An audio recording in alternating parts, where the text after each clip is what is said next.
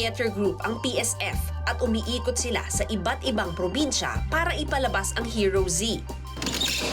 Kaya naman kailangang itayo at baklasin ang stage nila kada lugar na pagtatanghalan. Nitong Marso, napanood ko sila sa San Juan City. Bago magsimula ang show, Russell, lali ka na, kay Direk. sumilip ako backstage.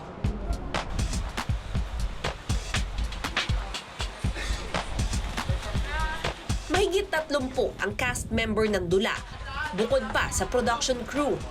Ang ganda ng station nyo. Gaano katagal, sir, binuo to? Naku, ang tagal. So, sineset up namin yung mga 5 hours. 5 hours? Ako, bakla.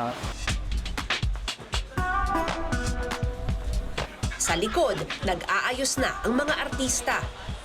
We do our own makeup, so we don't have makeup artists, we don't have dressers, we don't have talagang kami lahat. Oo, kanya-kanyang kayod talaga. Kanya-kanyang kayod, pag pangit ka, kasalanan mo. So pagka may costume na hindi ka nasuot, kasalanan mo. Ilan sa kanila ang batikan na sa teatro. At nanalo na rin ang iba't ibang acting award gaya ni Adele.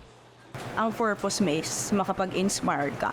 And lagi nga natin sinasabi, di ba, na there is no small role, only small actor. Hindi tatakbo yung play na walang ensemble at walang supporting roles. Ang iba, iniwan ang mga trabaho nila para umarte sa entablado. Before po, nagturo po ako. Isa po akong guro. Opo. Pero mas pinili ko po ang magtanghal dahil naniniwala po ako na mas marami pong mga kabataan yung mai-inspire sa akin at hindi lamang po iikot sa 4 na sulok po ng silid-aralan. Pinakabata sa cast ang 17 taong gulang na si Francine. So, naging part na po ako ng PSF. Nagulat po ako na ganito po pala na sa theater play, makikita ko kung makaka-discover ako at malalaman ko yung about sa history natin.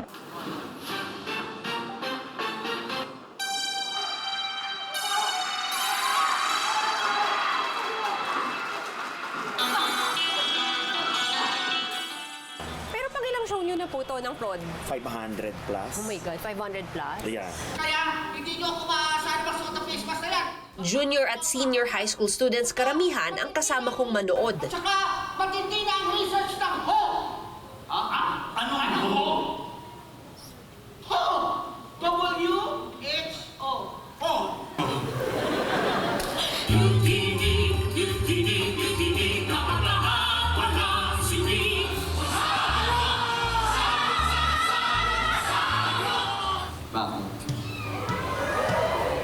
Isusumbong niyo po ba ako, sir?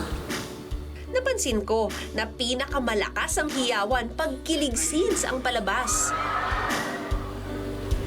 Thank you. You're too close.